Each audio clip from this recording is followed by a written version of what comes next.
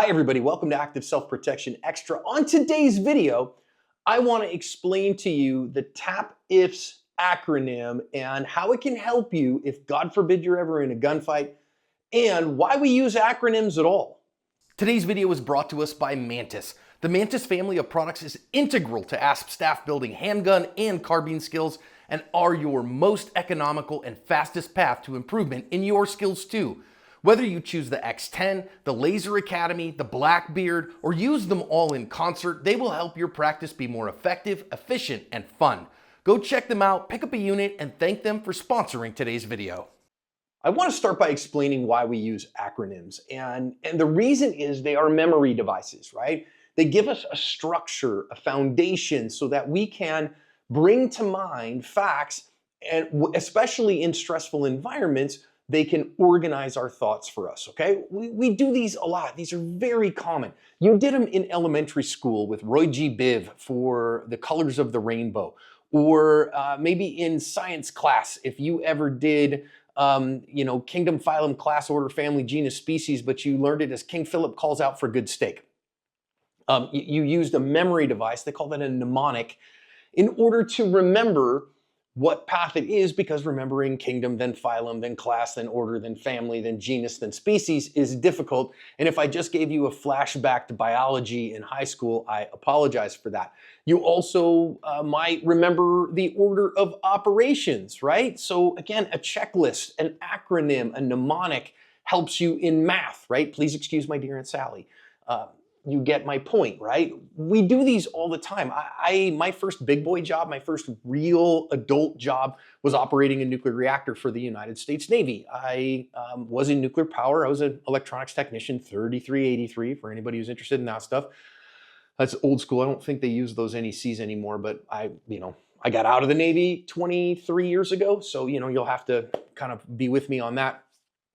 And we used acronyms all the time, and we used checklists all the time to make sure that in emergencies, we knew what we had to do, we did it correctly, then we went and checked the checklist. I fly small planes. How do you know somebody's a pilot? Don't worry, they'll tell you. And we use checklists and we use acronyms all the time. The two ones, if ever you've flown a small plane, we use ABCs, actually ABCDEs for an emergency. If you lose your engine in a small airplane, up at altitude, ABCDE. What am I gonna do? I'm gonna start by setting my airspeed to my best glide. Then I'm gonna look for the best place to land. I'm gonna run my checklist to see if I can get my engine restarted.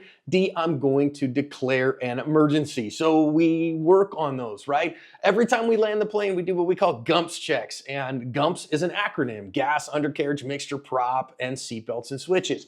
So we do that 3 times just to make sure that we don't land with the gear up on the airplane.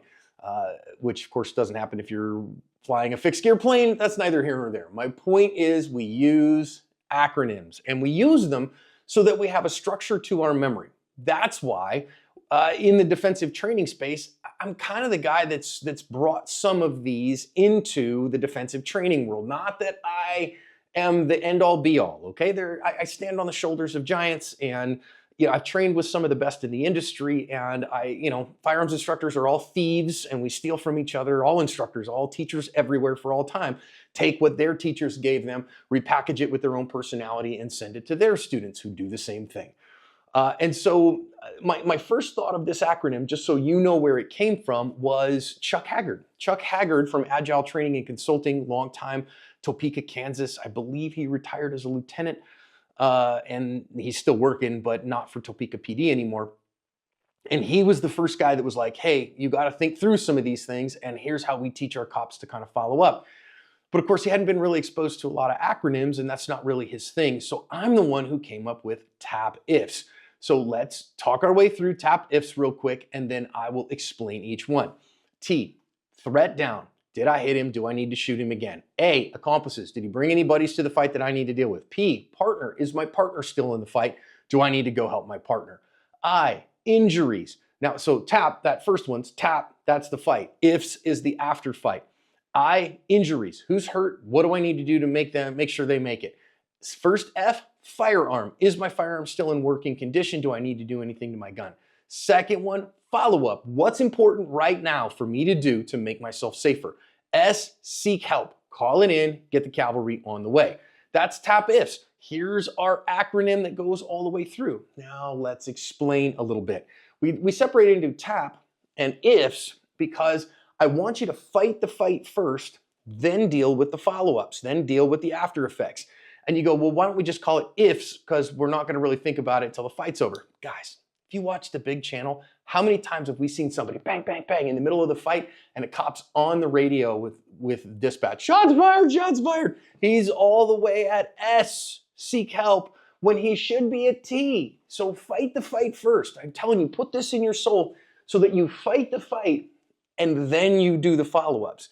Fight the fight first, then do the follow-ups. T, threat down. Is the threat over? Is my first checklist item. If my threat is not over, I don't do any of the follow-up actions. I focus on dealing with the threat. That means cops get off the radio. Private citizens don't have this problem because we don't live on our radios like that. We don't have radios. But my point is that screaming and hollering for people doesn't help. Dealing with anything else doesn't help. If I have an immediate deadly threat in front of me, deal with that. Once that immediate deadly threat is gone, now I got to then go look what other deadly threats are out there. Did he bring any accomplices? A. A is the second one, accomplices in the fight. So if I've got multiple bad guys, I got to deal with my multiple bad guys. Now, maybe, just maybe, you are, Miami Vice, you and your partner are Mr. and Mrs. Smith, and you guys are certifiable badasses, and you know that you've got yours and she's got hers, and you don't have to deal with partners. We'll deal with that, or with accomplices. We'll deal with that in a minute. But the point is, the vast majority of the time, you are, as a private citizen, a solo operator. And if you're a cop, you are almost certainly going to be paired up with other people who are not taking this very seriously. How do I know you're the serious one? You're watching this video. That's how you're taking this issue seriously. The vast majority of the cops on your force probably won't. Quite frankly, there's a lot of policing that doesn't have to do with gunfighting, so I don't blame them. 99.999% of policing doesn't deal with gunfighting, so they can be excellent cops. But in the gunfighting realm, you're the one taking this seriously, and you will probably have to deal with it on your own. They'll be the one spraying and praying everywhere, or talking on the radio, or hiding, and you'll be the one dealing with the problem. So look for the accomplices. Next, after you've dealt with anything in your sector, what is my partner doing, and are they under attack? And do I need to help them in their fight? So when we say partner, this is not after effects. This is not, are you injured and what do I need to do? This is my partner in need of help? Now, we recently had one on the channel. In fact, based on when these post, I'm not even sure if it's going to post on the main channel yet. If not, you'll see it in the next couple days, of an officer whose partner goes down in the fight, and he can't deal with his injuries because they're in the midst of basically a live fire, field of fire where they're taking fire, and he can't tell where it's coming from. And so he has to grab his partner and drag him about 200 yards out of the fight to get to a place where he can then start dealing with injuries. So, is my partner in need of help? What can I do to help my partner? Is my partner in the fight, and what do I need to do to help them? Now, that might be, as a cop, your partner. That might be your spouse, your significant other. I also would include here under partner your, anybody that you're responsible for, right? So if you've got children, or you have an elderly parent, or a special needs human that you are responsible for, your BFF is with you, they're not a self-defender. You're responsible for that partner, and you got to make sure that they're okay. Once the fighting is over, now we move to the IFS portion. We are in the follow-up. The IFS is the follow-up. I is injuries. I don't care what else is going on. Deal with the injuries first if the fight is over. Only if the fight is over, right? In a yellow zone, right? So we've got red zones, it's hot, the fight is going on right now, bullets are flying. Yellow zone, it's not claimed clear. We don't know that all the threats are completely gone, but I don't see anybody having a hard time right now. Green is clear. Like, we know that the scene is secure. Okay, in a yellow zone, you might have to make a choice. Wait a minute, I think I'm farther enough away from the fight that I can deal with injuries here, okay? That's going back to the badge cam of the officer dragging his partner. And once you do, though, assess those injuries and go to work and do what you have to do. Don't worry about anything else, because if your partner is bleeding heavily from life-threatening bleeding, they will die before any help can get there. They will die before anybody else can do anything. You got to deal with it until you can triage it and say, yes, maybe they are injured, but it's not bad. And so I got to continue on my other follow-ups, or I got to, do something else, or I need to put a tourniquet on this, or I need to get this chest sealed.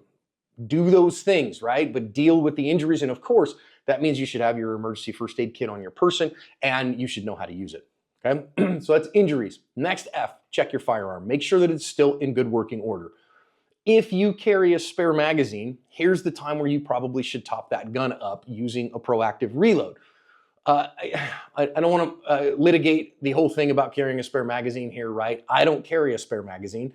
I carry a gun that has 17+1 in the gun. I basically carry a spare in the stinking gun, and I know it's reliable, but checking it. How many rounds do I have left? So if I've got that minute, injuries are taken care of, check the gun. Okay, I've shot 8 rounds, so I know I've got, for me, I'd have 10 left. I'd look at my magazine, C9, cool, 9+1, I've got 10. Put that gun away again, but just make sure that it's in working order and everything's okay. If you had a spare magazine, wouldn't be wrong at all. Okay, I've shot 8, drop that, put a fresh one in, put that gun away, and then I know I've got a full gun, God forbid, just in case anything happens. I'm not saying it will. Honestly, I've never seen a private citizen win a gunfight and then lose subsequently in that same time frame because they've been unarmed or had too few rounds. I've never seen a reload really earnestly actually affect the outcome of a gunfight in a private citizen encounter. We've actually seen 2 times where a citizen has reloaded and used more rounds, a private citizen, but they didn't need them to win their gunfight. So I'm gonna put big asterisks on those. In fact, both of them could have led to charges, but they didn't, I don't think so. Big asterisk there. All right, check your firearm, make sure it's in good working order, make sure your gun's not jammed, fix it if you had a problem. Next one, follow-up. What makes sense now? That's when we use another acronym, WIN. What's important now? What's important right now? What should I be doing right now to make us safer? And you're gonna have to, that's totally context dependent. That might be, I got an injured person, I'm throwing them in the car and off we go to the emergency room. That might be, I'm gonna lock the door that the bad guys fled out of, so then that way they can't come back our way, so we establish and we consolidate the dominance of the space that we're in. That might mean I start directing everybody else to do what they need to do so that we are safer. But take the appropriate follow-up actions. That might mean retreating out of the area. So then that way you're not there for all the other brewing problems of what's happening.